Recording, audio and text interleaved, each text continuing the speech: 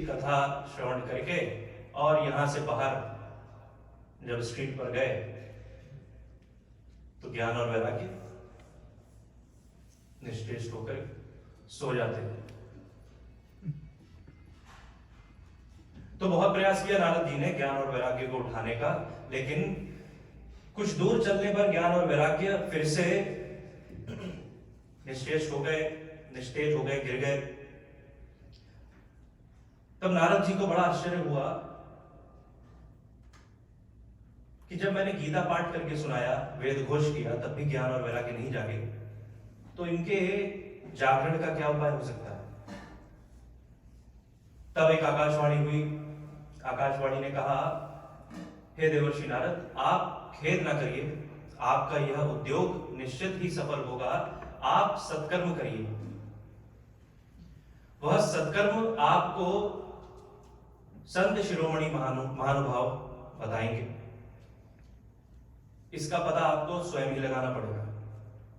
तो ऐसे नारद जी सभी तीर्थों में, बड़े बड़े सिद्ध ऋषियों मुनियों के आश्रमों में, महापुरुषों के सत्संग में गए और उस सत्कर्म के बारे में, सत्कर्म के विषय में पता जब लगाया नारद जी ने, तो किसी से भी कुछ भी पता नहीं लगा। किसी ने कहा कि इसका ठीक ठाक कहना ही मुश्किल है कि ये सत्कर्म क्या है। कोई दाया बाया झांकने लगे, इधर उधर करके, टाल टूल करके वहां से खिसक गए कि कौन मुसीबत पाले। तो ऐसे नारद जी ने जब सर्वत्र घूमते हुए बड़े बड़े सिद्ध महापुरुषों से भी अपनी इस जिज्ञासा को पूछा, किसी ने भी कुछ भी ठीक ठाक बताया नहीं। तब नारद जी पुनः तीर्थाटन करते हुए, तीर्थों का सेवन करते हुए, घूमते हुए जब बद्रिकाश्रम आए, बद्रीनाथ धाम, तब वहां उनकी भेंट हुई सनक सनंदन सनातन ऋषि कुमारों से, जिनसे कथा की शुरुआत हुई थी। प्रारंभ में मैंने बताया था कि नारद जी कैसे चिंतातुर थे, चिंतामग्न थे। जब उनसे उनकी चिंता के विषय में पूछा सनत कुमारों ने, तब नारद जी ने बताया उन्हें कि आप पूछ रहे थे मेरी चिंता का कारण, तो यही मेरी चिंता का कारण है। वह सत्कर्म क्या है, यह मुझे बताइए।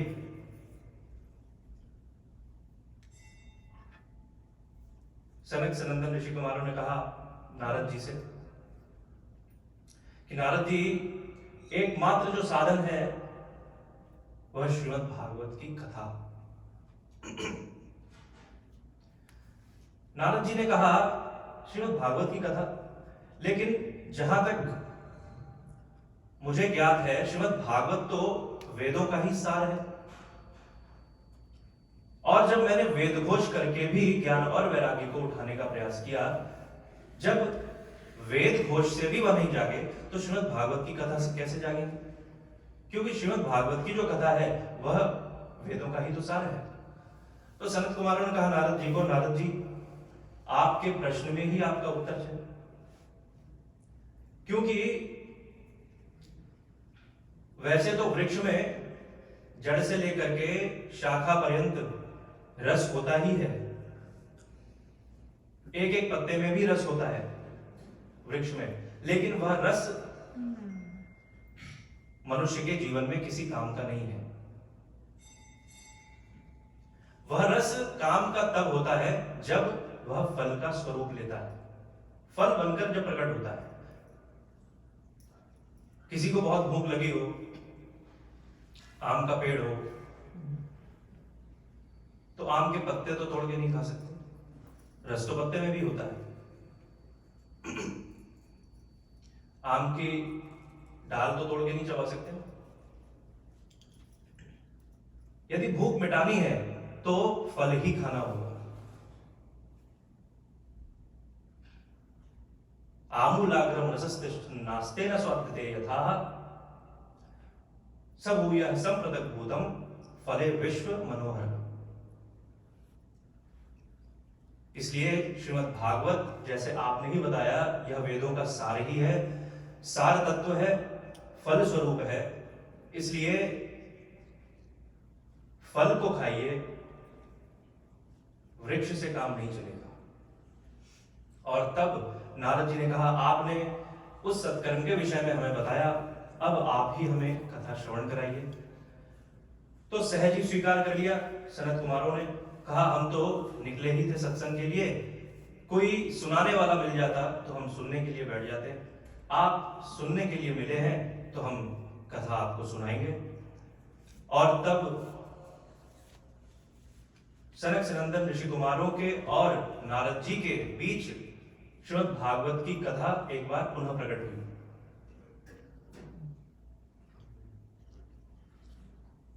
श्री सूत जी शौनक आदि ऋषियों को कथा श्रवण करा रहे हैं। उस कथा के प्रसंग में नारद जी और सनत कुमारों का प्रसंग आता है, और इनके कथा प्रसंग में एक और कथा आएगी।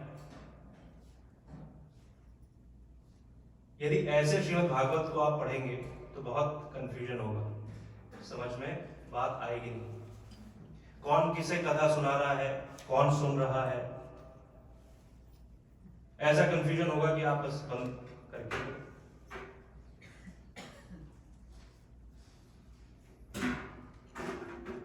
क्योंकि श्रीमद् भागवत का यह ज्ञान बहुत प्राचीन है।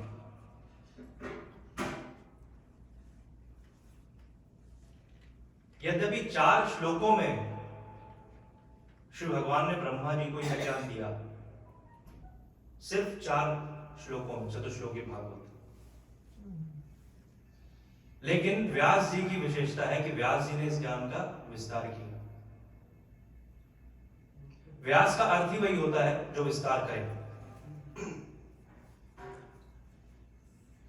संस्कृत में जो कंपस होता है ना, कंपस, जिससे बच्चे ज्योमेट्री में गोला बनाते हैं, सर्कल बनाते हैं, तो कंपस एक जगह उसको उसका आधार बना करके और फिर उसे ऐसे गोल घुमाया जाता है तो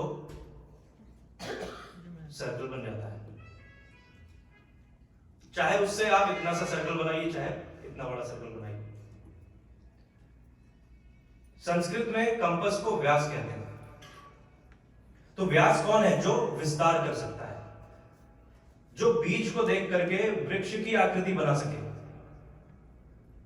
वही व्यास है।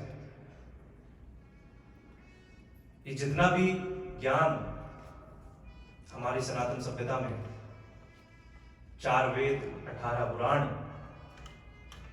6 शास्त्र, ये जितना भी ज्ञान हमें प्राप्त है, ये श्री वेद व्यास जी की कृपा है हमारे जीवन में। नहीं तो वेद आज के समय में हम जैसे मनुष्यों को वेद समझ में आने वाले थे नहीं, मतलब ही नहीं था।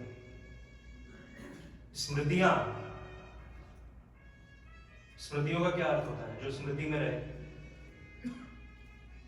मतलब ज्ञान मानसिक दीक्षा के द्वारा स्मृतियों से स्मृतियों को, स्मृतियों में उस ज्ञान का प्रतिपादन होता था गुरु से शिष्य को। छोटे छोटे सूत्रों में, संकेतों में बड़ी से बड़ी बात समझाई जाती थी। लेकिन उस समय लोगों की प्रवृत्ति, लोगों का आचरण, लोगों की रुचि उस ज्ञान को प्राप्त करने योग्य थी। आज के इस युग में ना हमारी प्रवृत्ति है, ना हमारी रुचि है, ना ही हमारा ऐसा जीवन है कि हम उस ज्ञान को समझ सकें। इसलिए श्री वेद व्यास जी ने बहुत पहले इस बात को समझते हुए, जानते हुए उस ज्ञान का विस्तार किया, जो सरल भाषा में उपाख्यान के माध्यम से, कथा कहानियों के माध्यम से हम आज इसे समझ पा रहे हैं। इस पे विचार विमर्श कर पा रहे हैं, चिंतन कर पा रहे हैं। ये श्री व्यास जी की कृपा है। तो ऐसे जब सनत कुमारों ने नारद जी को बताया कि नारद जी, हरिद्वार में आनंद नाम का जो घाट है, वहां पर इस कथा का आयोजन कराइए। गंगा द्वार समीपेतु तटम आनंद नामकम, वहां पर इस कथा का आयोजन करिए, क्योंकि वहां पर बहुत सुंदर रमणीक रेत है, बड़े बड़े ऋषि मुनि वहां निरंतर ही तपस्या करते रहते हैं। वहां वन में कोई हिंसक जीव जंतु भी नहीं है, इसलिए वह सर्वश्रेष्ठ उपयुक्त स्थान होगा इस कथा के लिए। तब पहली बार जो विधिवत इस कथा का आयोजन हुआ,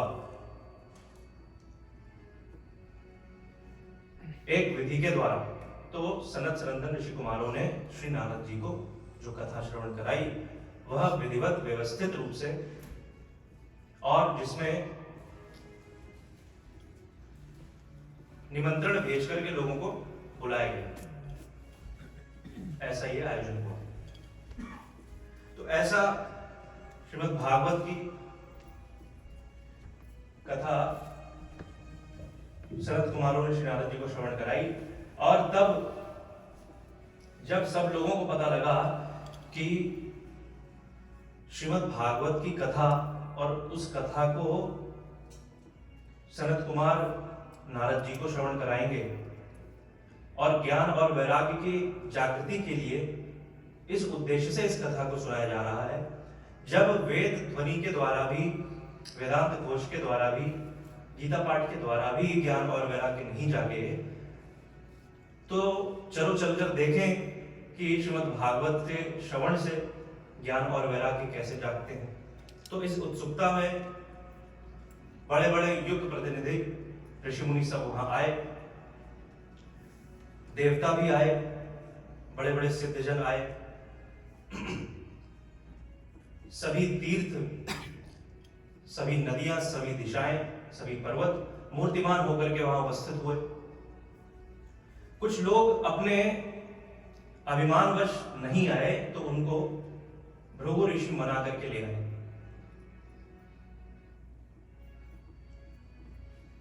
श्रीमद् भागवत की यह सरिता है, श्रीमद् भागवत ज्ञान गंगा, और जब गंगा बहती है तो गंगा किसी को निमंत्रण नहीं देती। सहज ही मनुष्य गंगा में पहुंच ही जाता है।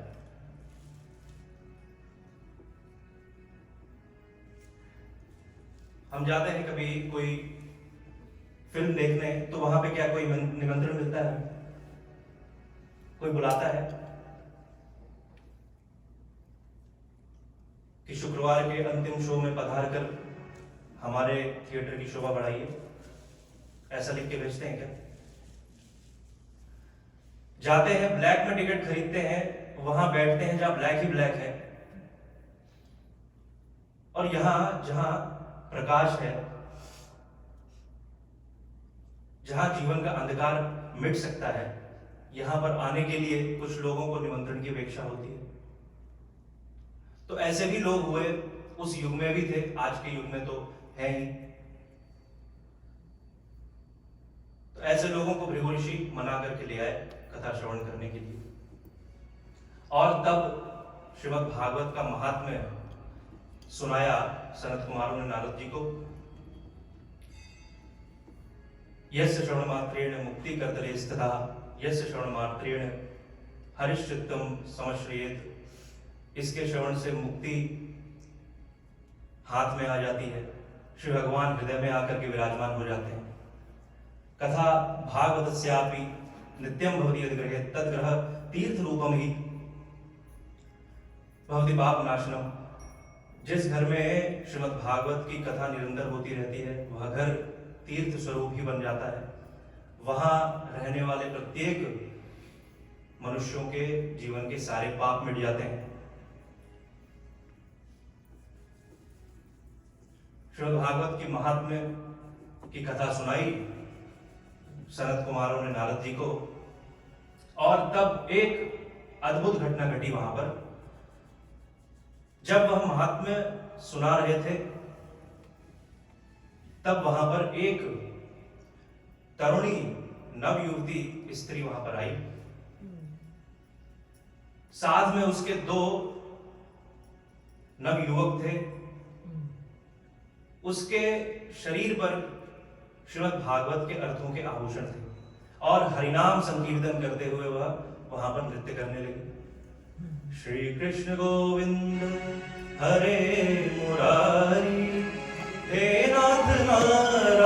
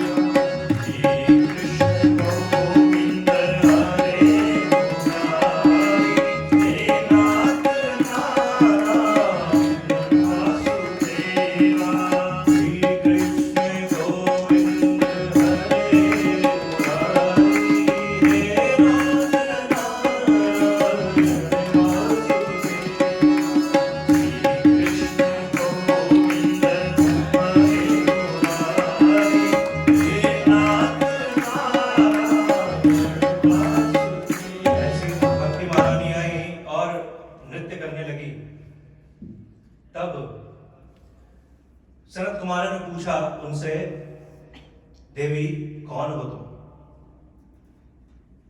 भक्ति देवी ने कहा, भवद्भिरद्यैव कृतास्मि पुष्टा कलि प्रनष्टा विकथारसेन भक्तेषु गोविंद स्वरूप कर्त्री प्रेमैकधात्री भवरोगहंत्री। बताया, मैं भक्ति हूं, कली के प्रकोप से मैं प्रनष्ट हुई थी, आपकी कथा रस से मैं पुष्ट हो गई हूं। ये दोनों मेरे पुत्र ज्ञान और वैराग्य आपकी कथा के प्रभाव से ये पुनः तरुण हो गए, युवा हो गए। अब बताइए मैं कहां रहूं? सनत कुमारों ने कहा, भक्ति देवी, भक्त और भगवान को मिलाने वाली, प्रेमियों के हृदय में प्रेम का संपादन करने वाली, भवरोग को मिटाने वाली तुम कथा श्रवण करना चाहती हो ना? तुम्हें बैठने के लिए स्थान चाहिए, तो तुम एक काम करो, भक्तों के हृदय में निवास करो, जो वैष्णव है उनके हृदय में विराजो। तो ऐसी भक्ति देवी कथा श्रवण करते हुए वह जो वैष्णव वहां उपस्थित थे उनके हृदय में आकर विराजमान हुई। सर्वत्र जय जयकार होने लगी। ज्ञान और वैराग्य जो बहुत प्रयास करने पर भी नहीं जागे थे, सनत कुमारों ने कहा नारद जी को, श्रीमद् भागवत के महात्म्य से वह ज्ञान और वैराग्य सिर्फ जागे ही नहीं, उनकी वृद्धावस्था भी दूर हुई, पुनः तरुण हो गए, युवा हो गए। तो नारद जी, यदि मन में श्रद्धा हो तो कोई भी कार्य दुनिया में कठिन नहीं है, मुश्किल नहीं है। यदि निरंतर शिव भगवान का भजन जीवन में सतत बना रहे, जो करते रहोगे भजन धीरे धीरे तो मिल जाए